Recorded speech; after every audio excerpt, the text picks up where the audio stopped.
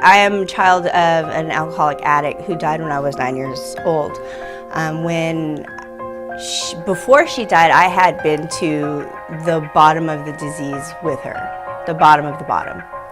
So I had an experience of knowing where I could go, living in motels, not knowing when I'm going to eat, or eating out of styrofoam containers, what she brought home. I knew that was not what I wanted. As I got older and I started having children, I still had that's not where I'm going to go. When I did start drinking and using, I always, before I could get to that bottom, I would stop myself, and it would be time for me to stop and get it together, because you don't want to put your children in that situation. That went on for years until it just happened. And it happened without me even realizing it, that I had hit that bottom. I had gotten that low. I'd given my job up, pretty much. I resigned my position so that I could use and drink and not be interfered with. I'd ignored my kids because that was more important to me.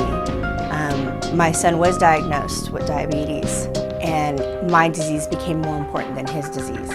And that's when CPS intervened and took them from me. And it was a long journey before that happened, and we had been through a lot.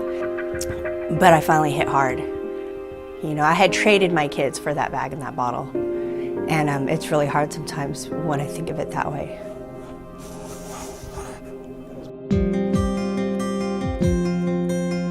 My kids were spread out. 2 of them were with their father, and 1 of them was with their aunt, and the goal was to reunite with them. And the only place that would take more than me and 1 child was Serna Village. And when I got there and I saw what it looked like, it was like this utopia of oh, we're gonna be so happy here. And that was just the first step for me to reunite with them.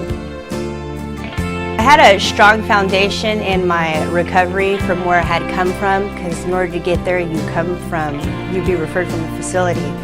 And I was solid in that foundation, but I hadn't really, I'd lost in that ability to live life.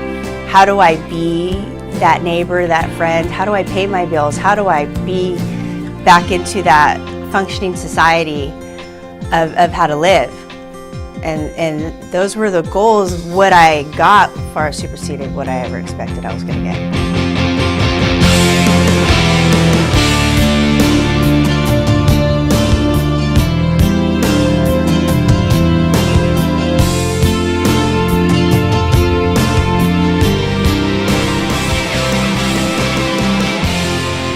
For me to go from Serna, from that little apartment, to owning my own home today is something that I never thought that I could do.